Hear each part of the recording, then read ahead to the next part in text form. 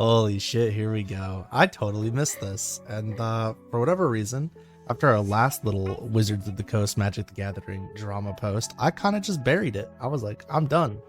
But then for some reason today, I woke up and I was like, I should go back to that Twitter post. I didn't even need to scroll all the way back, and because on January 7th, Wizards Magic, aka Magic the Gathering's official Twitter, said, well, we made a mistake earlier when we said that a marketing image we posted was not created using AI. Read for more. 1 of 5. Well. If the piper ain't getting paid. All right. Let's see what these Goombas had to say for themselves. Let's see what corporate speak they're gonna try to get away with. I'm gonna make some loose assumptions here. Okay. I'm gonna assume that they're gonna double down on the whole we back real artists and AI tools aren't for us. It was somebody else's fault. We didn't do it. It was an oversight. There was a contractor or something we hired. That's my read. Let's see. Looks like 2 out of 5. Okay, as you, our diligent community, pointed out. Okay. They're framing that as a compliment. I can tell you right now, that is them trying to insult us without insulting us. As you, our diligent community, pointed out, it looks like some AI components that are now popping up in the industry standard tools like Photoshop crept into our marketing creative, even if a human did work to create the overall image. Okay. It looks like some AI components that are now popping up in industry standard tools like Photoshop crept into our marketing creative. Fuck you. The way they worded that is such a nothing burger of a comment. In industry standard tools like Photoshop. Oh, they're in Photoshop. It's the standard, okay? We know Photoshop's the standard. It just accidentally wound up in there. All right, let's just see what else they have to say, because this is a little bullshit. While the art came from a vendor, I fucking knew it. While the art came from a vendor, it's on us to make sure that we are living up to our promise to support the amazing human ingenuity that makes magic great. Okay, so it didn't even take them 4 whole Twitter posts to decide to point out that, hey, it didn't come from us. It came from somewhere else. Give me 1 second. I got a call. All right, I'm back. Where the fuck was I? Oh yeah, basically it took them no fucking time at all to blame somebody else. Then they go on to say, we already made clear that we require artists, writers, and creatives contributing to the Magic TCG to refrain from using AI generative tools to create final Magic products. Oh, we told you not to do this shit, so we shouldn't have to vet it. That's your guys' fault, not our fault. Now we're evaluating how we work with vendors on creative beyond our products, like these marketing images, to make sure we're living up to those values. So then they generate themselves a little statement that they put in their good old website here. It says, an update on generative AI tools and magic. Thanks to our diligent community, he pointed out a series of recent marketing images may have included elements of generative AI. We are rethinking our process of how we work with vendors for our marketing creative.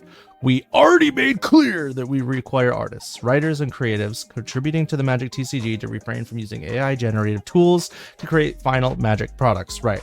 So this is just like, okay, y'all caught us. You know, we didn't make sure that we're not putting AI shit in our promotion materials and in our materials, which means if nobody caught it, if nobody said anything, maybe it winds up on the cards and then, you know, we save some money there. Anyways, what's now apparent is that we need to update the way we work with vendors on creative beyond our products, like marketing images we use on social media, to make sure that we're supporting the amazing human ingenuity that is so important to Magic. Along with so many others, we also want to get better at understanding whether and how AI is used in the creative process. I'm gonna be honest with you, dog. There's been a lot of times I've just like, I am a glancer. When I scroll on Twitter, TikTok, etc., I'm taking a quick look at a photo, and if it has a character I like or really unique line art, coloring, shading, I'll like and share pretty quick, pretty fast. Like, I generally don't sit there and fucking inspect it. There's been times where like their ass cheeks are hanging out and I don't even catch it. My wife does, and I'm like, oh, all right, word. And I'll just go back and, like, you know, undo all that. But I say all this to say, I've totally missed AI art sometimes because I just like, I'll look and I move on. But even like, their promo piece was pretty obvious. That didn't take a lot of looking to get the feeling something wasn't right. And then, you know, you look and you're like, oh, you know what I mean? So this just feels like a skate. This just feels like an out. Anyways, we believe everyone benefits from more transparency and better disclosure. We can't promise to be perfect in such a fast-evolving space, especially where generative AI is becoming standard in tools such as Photoshop, but our aim is to always come down on the side of human-made art and artists. So here's the thing. In a perfect world where Wizards of the Coast has made decisions that are good for their consumers and their employees, etc., I would take this note, I would take this announcement, and I would take it to heart. I'd believe everything they say. But I have a general distrust and disdain for corporations and companies, and Wizards of the Coast is no exception, especially after all the layoffs and bullshit that they've been pulling with their, you know, special secret lair boxes. So at the end of the day, they're trying to make money, and they're trying to do everything that they can to get a little bit more extra dollar for a little bit less effort, right? So if that means maybe working with a third party who charges a little less than other people because they use some AI in their art, I wouldn't put it past them. Now, again, this is speculation.